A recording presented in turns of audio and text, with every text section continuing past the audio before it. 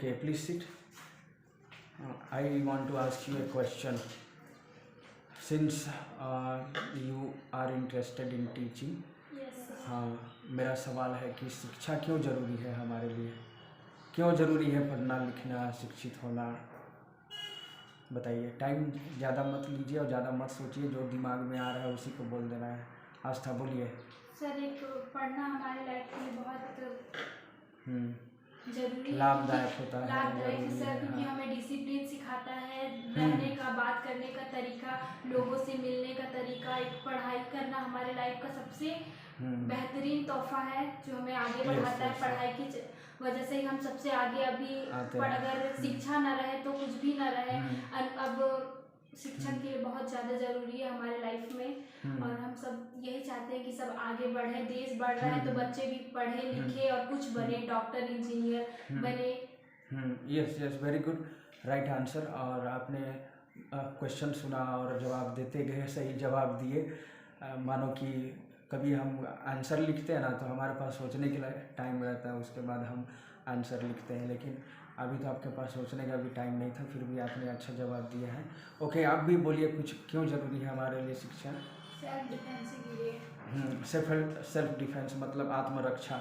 हाँ, हम कई तरह से शिक्षित होकर आत्मरक्षा करते हैं, कई तरह से आत्मनिर्भर बनते हैं, हमारी खुद की रक्षा हो जाती है, जीवन की रक्षा हो जाती है, बेहतर हो जाता है जीवन। हाँ ठीक है, आप बोलिए क्यों ज़रूरी है शिक्षा? सर, हम पढ़ेंगे तो हमारे आगे आने वाले पीढ़ी भी शिक्षित होंगे। हम पढ़ेंगे तो आगे आने वाले सभी को हम पढ़ा सकेंगे, हम बता सकेंगे। सबसे आजकल के जनरेशन में सबसे ज़्यादा जरूरी है पढ़ाई।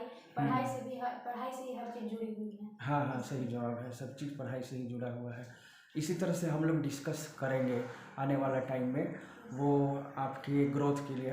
बोलते हैं ना कि नॉलेज जैसे जैसे बढ़ती है वैसे हमारा लाइफ बेटर होता है और हमारा समाज बेटर होगा, हम खुद बेटर होंगे। यही मतलब है कि मैं आप लोग से डिस्कस करना चाह रहा हूँ। ये नहीं कि आप कितना जानते हो उसका पता लगा लिया जाए, ऐसा मेरा मकसद नहीं है। सही जवाब बिल्कुल आपने दिया, मैंने भी यही सोचा था कि अगर हमको अच्छी ज़िंदगी जीनी है, बेहतर लाइफ जीना है, आत्मनिर्भर हमको बनना है, शिक्षा हमारे लिए ज़रूरी है। और आपने बिल्कुल सही कहा, शिक्षित होकर के हम कई तरह के गुणों का विकास करते हैं, प्रतिभा डेवलप होता है, और इसके मदद से हम इनकम या आमदनी आगे चल कर के उसके योग्य बनते हैं, अच्छी आमदनी के योग्य बनते हैं और अपनी ज़िंदगी अच्छा से जीते हैं, मिलजुल कर रहते हैं एक दूसरे के साथ। इसलिए एजुकेशन ज़रूरी है। आजकल एक वाक्य लिखा रहता है, संस्कृत में वाक्य लिखा रहता है, लगभग सभी सरकारी स्कूल में देखेंगे, प्राइवेट स्कूल में अभी मैं ज़्यादा नहीं जा रहा हूँ, सरकारी ही स्कूल में जा रहा हूँ। कौन सा वाक्य है जो लगभग सभी स्कूल में लिखा हुआ दिखाई पड़ता है? संस्कृत में। क्लू मैं आप लोग को दे दिया, संस्कृत नहीं बोला रहता तो हो सकता है आप लोग को कठिन होता। हमारे स्कूल में भी लिखा है, संस्कृत में कुछ लिखा है। क्या लिखा है?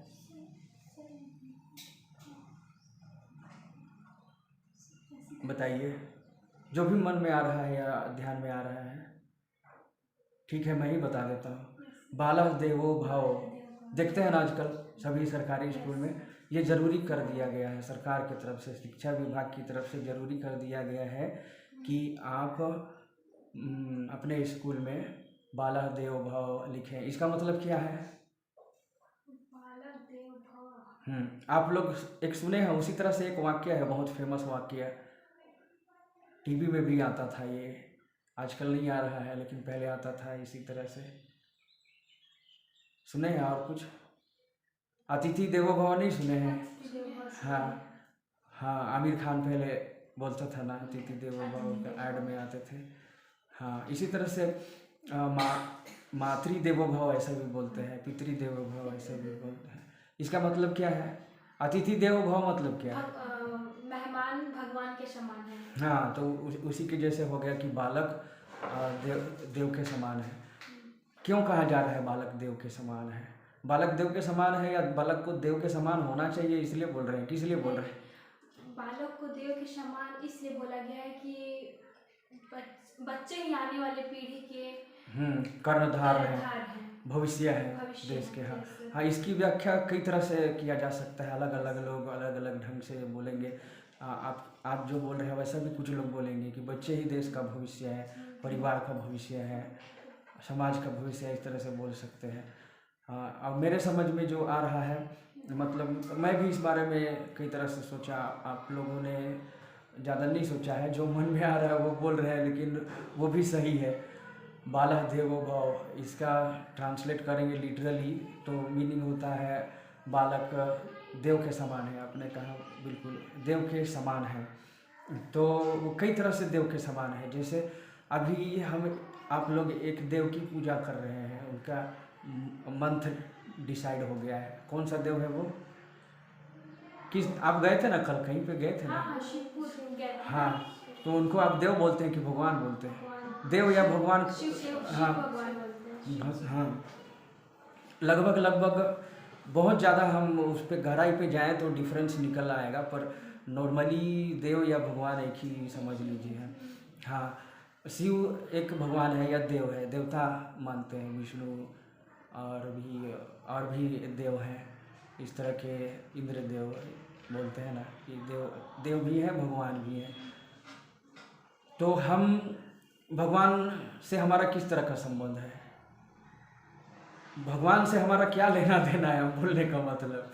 अब भगवान की ज़रूरत क्यों महसूस करते हो, भगवान का नाम क्यों लेते हो, और भगवान का नाम लेके क्योंकि हम भगवान से ही हैं, भगवान है हम इस भगवान दुनिया ने में हमको आए बनाया। हैं, भगवान की वजह से ही हम इस दुनिया में हैं। हमारे लिए सारा चीज़ उनका रक्षा, सारा से मतलब जितना भी रहता है उनका काम, भगवान जी से हम कुछ भी प्रेयर करते हैं, मांगते हैं, तो हमारा अवश्य मन से शक्ति से हम उस चीज़ को कर रहे हैं, तो भगवान हमें जरूर वो चीज़ देता है। ठीक है।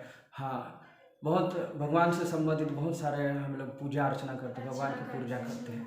हाँ, और भगवान को हम समझते हैं कि वो हमारी दुआएं पूरे करेंगे और हमको मुसीबत से बचाएंगे, हमारे भविष्य को अच्छा कर देंगे, हमारी मनोकामनाओं को, सपनों को पूरा कर देंगे, इस तरह से। तो भगवान के अंदर में शक्ति होती है, और भगवान के अंदर में शक्ति होती है, और उस शक्ति से हम लोग उनका फेवर पाना चाहते हैं, तो उसके लिए पूजा अर्चना करते हैं। और जो इम्पोर्टेंट बात मैं बोलना चाह रहा हूँ अभी हमारे कॉन्टेक्स्ट में, मतलब बालक देवो भव, देवता की हम सेवा करते हैं, सेवा करते हैं ना, सेवा करते हैं, उनकी पूजा करते हैं, अर्चना करते हैं, और उनसे प्रेम करते हैं। भगवान से प्रेम करते हैं कि नहीं करते? हाँ, बहुत ज़्यादा। तो जब हम बालक देवो भव बोल रहे हैं, तो जिस तरह से हम देव की पूजा करते हैं या सेवा करते हैं या उनसे प्रेम करते हैं, उसी तरह से हमको बच्चों से प्रेम करना चाहिए। हाँ, यही बोलना चाह रहा हूँ एक्चुअली मैं। हाँ, कि हमको बच्चों से प्रेम करना चाहिए, मानो कि वो हमारे खुद के अपने बच्चे हैं। जैसे मेरा बच्चा है, मेरा बच्चा से मैं बहुत ज़्यादा प्यार करता हूँ, वैसे ही हम जिन बच्चों को पढ़ा रहे हैं ना, उनसे हमको बहुत प्यार करना है। और हम बच्चों से प्यार करेंगे तो क्या होगा, बताइए क्या होगा?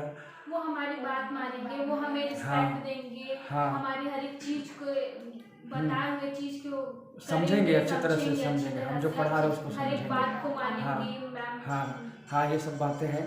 और जो इमीडिएट बात है, जैसे कल का एग्जाम्पल में भी हमने देखा खुशबू का, हम बच्चे को प्यार दे रहे हैं तो उल्टा हमको वो प्यार देगा। हाँ, वो प्यार देगा। और कभी कभी बोलते हैं ना लोग कि प्यार से बढ़ के कुछ भी नहीं है हमको, हाँ ऐसे बोलते हैं। तो हमको बच्चों से प्यार करना है, बच्चे हमारे साथ प्यार करेंगे तो हमको अपने आप में लगेगा कि हम कितने खुशनसीब हैं। जैसे कल बच्चे इतने हो गए, अचानक सुने ना, हम भावुक हो गए, और खुशबू भी भावुक हो गई। और हो सकता है उसने खुद ऐसा एक्सपेक्ट नहीं किया था कि ऐसा रिएक्शन मिलेगा उनके तरफ से, पर उसने मतलब जितने दिन रही बच्चों के साथ में प्यार से रही, बच्चे को एहसास होता रहा कि मैम हमसे प्यार करती है, हमको प्यार से पढ़ा रही हैं, प्यार से हमको समझा रही हैं। तो जब उनको पता चला कि अब जाने वाली है, तो अचानक से वो इमोशनल हो गए। अब मैम खुद भी इमोशनल हो गई। तो यही है, हमको प्यार देना है, हमको प्यार मिलेगा और हमको अच्छा लगेगा, और उससे भगवान की हमको बरकत भी मिलेगी, ईश्वर की हमको बरकत मिलेगी। जी, इस तरह से हम लोग बाला देवो भव इसको हम सार्थक कर पाएंगे। बच्चे से हम प्यार करें, बच्चे हमें प्यार करें।